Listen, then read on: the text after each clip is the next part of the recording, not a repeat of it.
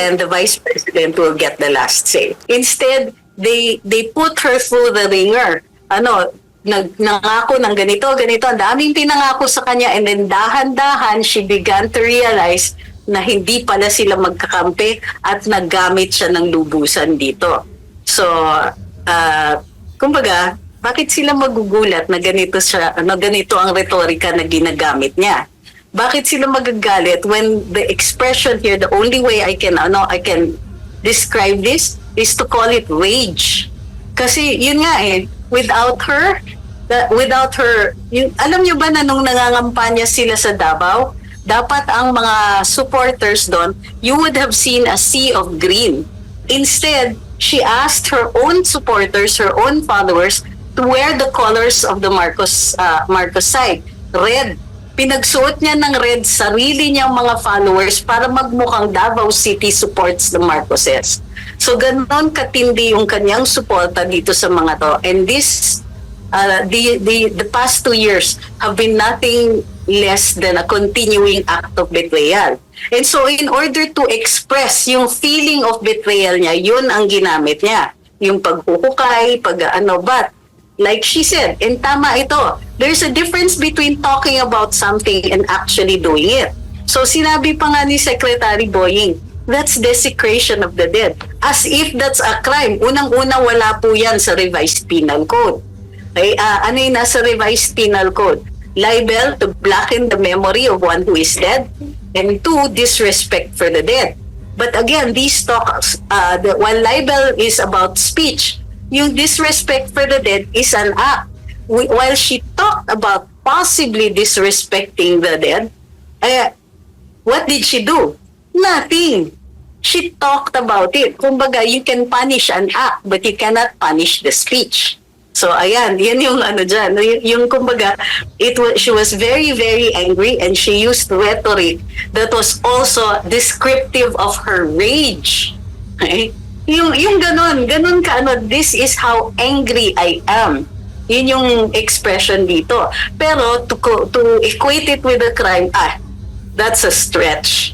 Dapat instead na sabihin na she shouldn't have said that, she shouldn't have done that, intindihan nila that, well, she was angry.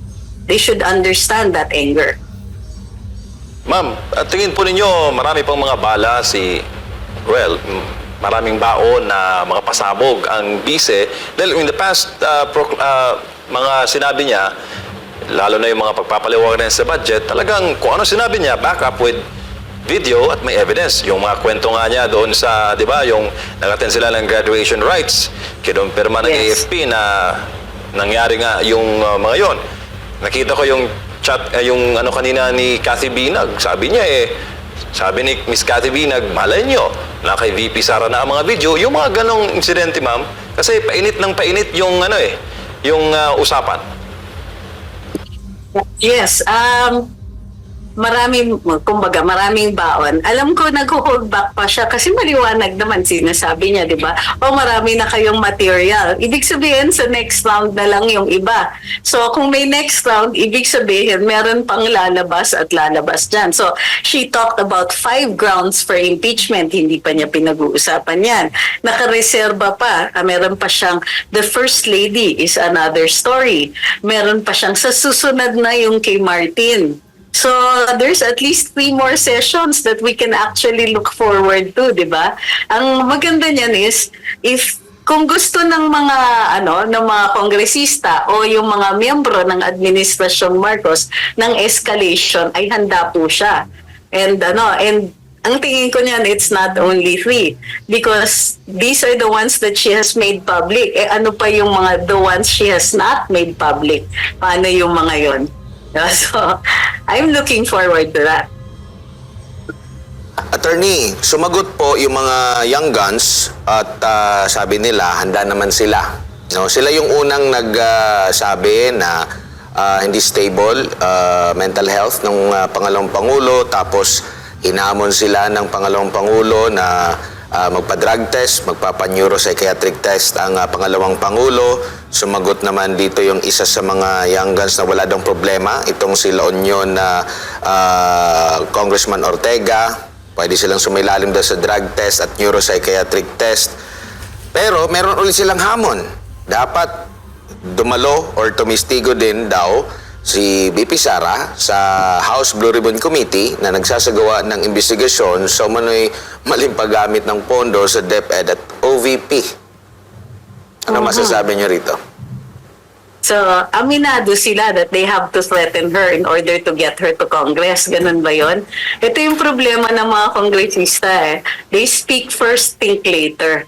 Kasi tingnan mo, o sige, may counter hamon sila. O sige, basta pumunta ka. Ibig sabihin, they can't get her there to Congress. There is no other legal means of compelling her to attend. At alam nila na pag uma-attend naman din si VP Inday, they only get frustrated because they can't get anything out of her. My guess is they had forgotten just how difficult she can be. At sila dyan yung kawawa. So, para sa akin, it's also getting pettier and pettier. Because, kumbaga, teka muna, hindi ba mahalaga itong mga hearings na ito? So, you're going to reduce this to a debt or a dare. Parang, sige, gawin mo to.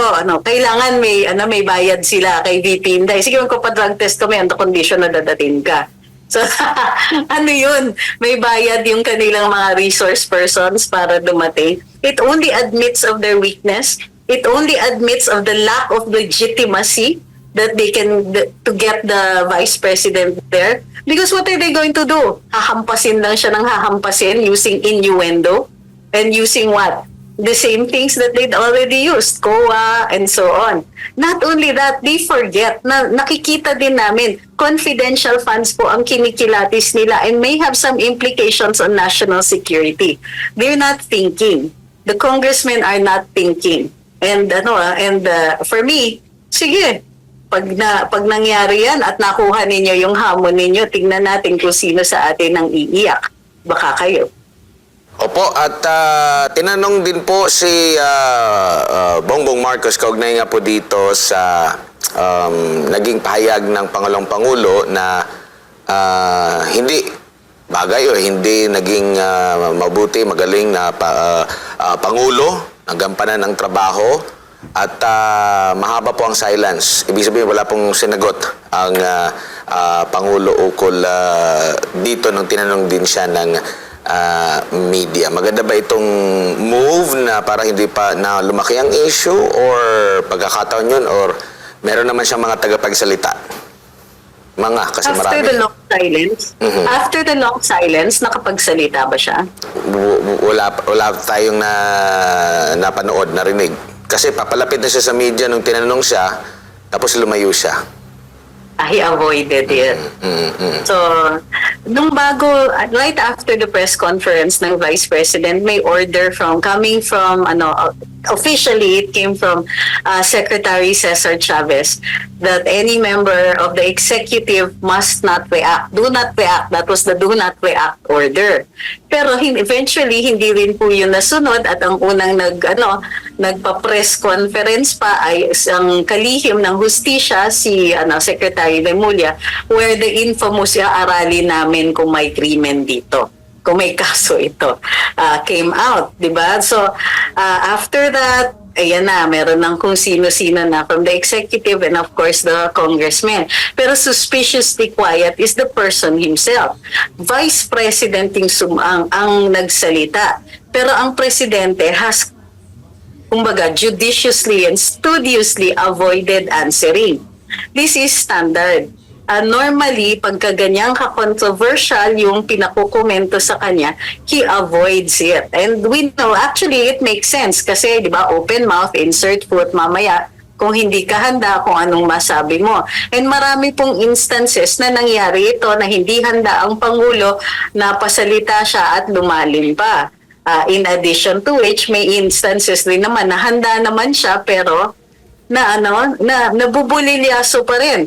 Nakalimutan na ba natin yung 5,500 flood control projects na iniyabang pa niya and it kind of blew up in his face.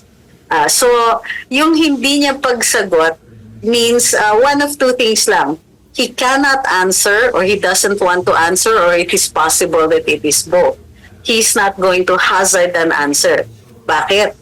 Vice Presidente po magre-react and he might not be able to take the heat from the answer of the Vice President. For me, this is the most plausible. He's avoiding it para hindi siya ang tamaan ni Vice Presidente. After all, she did say na, kumbaga, hindi niyo ako tinigilan eh. Parang sinasabi niya na nananahimik siya and then they came after her. And so she reacted. And it is going to be expected that if the President says something, the Vice President is going to react.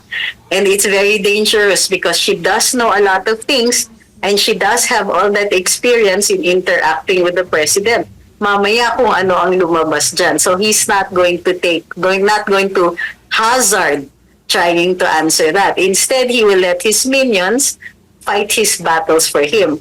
While it is, kumbaga, naiintindihan ko na gusto no talk, less mistake, no talk, no mistake ang ginagawa niya. Pero letting your people answer for you, medyo weak yun. And so, you have to balance. Ano ba, sasagot ba ako? At some point, dapat sumagot siya. Craft a statement, do something. Speaking of last say, marami pang mga baong resibo kasi meron pa siyang nabanggit doon sa mga figures, di ba? Doon sa mismong survey. Kasi maraming tanong doon kung tatakbo ba si nawala si Pangulong Pangulo, mananalo ba siya, sino bang may mataas na na boto kumbaga sa survey, marami pa 'yon at ipapakita niya. And at the same time, meron din siyang baon-baon na mga issue patungkol dito kay Speaker na sabi niya nakakahiya sa buong mundo. Tapos meron din doon kay Lam, possible na after ng nitong tawag nito November 1 or itong All Saints and All Souls Day magkakaroon ulit. So kumbaga paghahandaan din ito ng mga nabanggit na mga individual at syempre nung kanilang mga tagapagsalita din attorney at may daladalang resibo yan ha. And she has time. Diba? Hindi na siya DepEd Secretary so she has time for this. So, ang inaano nga niya is, she wants the people to demand that the government officials do their job, which is a good thing. Kasi ang mangyayari dito sa sagutan, look, she has time because the Vice President essentially, di ba, is just, her primary duty is to wait for the President to be declared to be incompetent. Kumbaga, unable to dispense his functions. But in the meantime, anything she does is a bonus. And so kung iikot siya, dadalaw siya, marami siyang kakausapin, then it can only work in her favor. She's popular and she can continue to become popular. In the meantime, the others, they're forsaking their duties. Congressmen have the duty to create laws, to review the laws. They have oversight functions. They can conduct inquiries in aid of legislation, etc. They have work to do. The executive, they have other functions to do. The Vice President, she has more time. So what if during the period where the other side is waiting to or wants to answer her back, gusto siyang ibarrage ng kung ano-anong mga paratang, kung ano-anong akusasyon o innuendo about her character or about the things that she has done, the Vice President has more time. So ako, if I were them, I would be very, very careful because look, she has nothing to lose. There are very little controversies that you can dig up to use against her. And she has time. She has time to study the problem. She has time to study the people who are doing this to her. She has resources to, she can tap into certain resources in order to be able to fight back. This is not going to help the Filipino people. She would like to remind that of us. But she has the upper hand. Pati yung pagpunta niya sa Baclaran, pagbili ng street food, ginawa pang mali siya na binigyan ng emphasis ng Pangulong Pangulo na ito'y kanyang ginagawa na kahit doon sa Davao City at minsan nga hindi na siya pinapansin kasi nga always naman siya, parang cowgirl nga yan si Vice President Inday Sara, pero yung mga pumupukol sa kanyang pagpuna, parang hindi talaga nila kilala ang pangalawang Pangulo at babalik para magre-recose ulit yung kanilang mga akusasyon dito kay VP Sara. It also says a lot about them dun sa mga nagsasalita. mas indicative, yung mga sinasabi nila, parang mas nakikita natin yung character ng nagtatanong ng ganon. Si VP Inday matagal na niyang ginagawa, kahit mayor, kahit hindi mayor, whatever it was, namamalengke talaga yan. Nagpupunta talaga yan sa tindahan, siya mismo ang bumibili. I think na tayo, mga ordinaryong mamamayan, we do that. And she considers herself as one of us. So itong mga nagtatanong, maliwanag na hindi sila nagaganyan. Pumupunta lang sila sa mga lugar na ganyan pag nangangampanya, pero on ordinary days, hindi po sila. They have people to do that for them. They have money, they stay in their air-conditioned homes or offices, palautos yung mga yan, and possibly, if they can avoid it, hindi sila papasok sa palengke. Hindi sila makikigulo sa mga ordinaryong mamamayan unless they're surrounded by their security. So, what does that say? It says that the VP is a person of the masses, while kayong mga nagki-question, halatang halata kayo na hindi kayo naggaganyan. Sino ngayon sino ngayon ang maganda ang image? Kayo nga, binabatikos ninyo si VP Inday for doing something that she normally does because you don't normally do that. Ma'am, ano po epekto nito sa 2025 lineup ng administrasyon? Itong world war between the administration with the lone woman, Vice President Sara Duterte. Oh, di ba? All comers. Taking on all comers si VP. I think one of the most affected will be Senator Amy. Kasi nagitna siya sa dalawang salpukan dito. And ang masama niyan yung kwento, no? Sinabi ni VP Inday dito sa ambush interview niya na she sent a text message to Senator Amy after her press conference at very cold yung response sa kanya ni Senator Amy. So parang through a third party, a common friend, sinabihan daw siya na galit daw si Senator Amy sa kanya at saka kay PBBM. Pero ang sagot naman ni VP Inday, sabihin nyo kay Sen Amy, wag sa amin ni PBBM magalit. Doon siya magalit kay Lisa at saka kay Martin. Medyo mabigat kasi ano ba tawag doon? Pregnant with implications yung mga sinabi niya. But it also indicates one other thing. It emphasizes the position of Senator Amy. Nasa gitna siya and she has refused to take sides.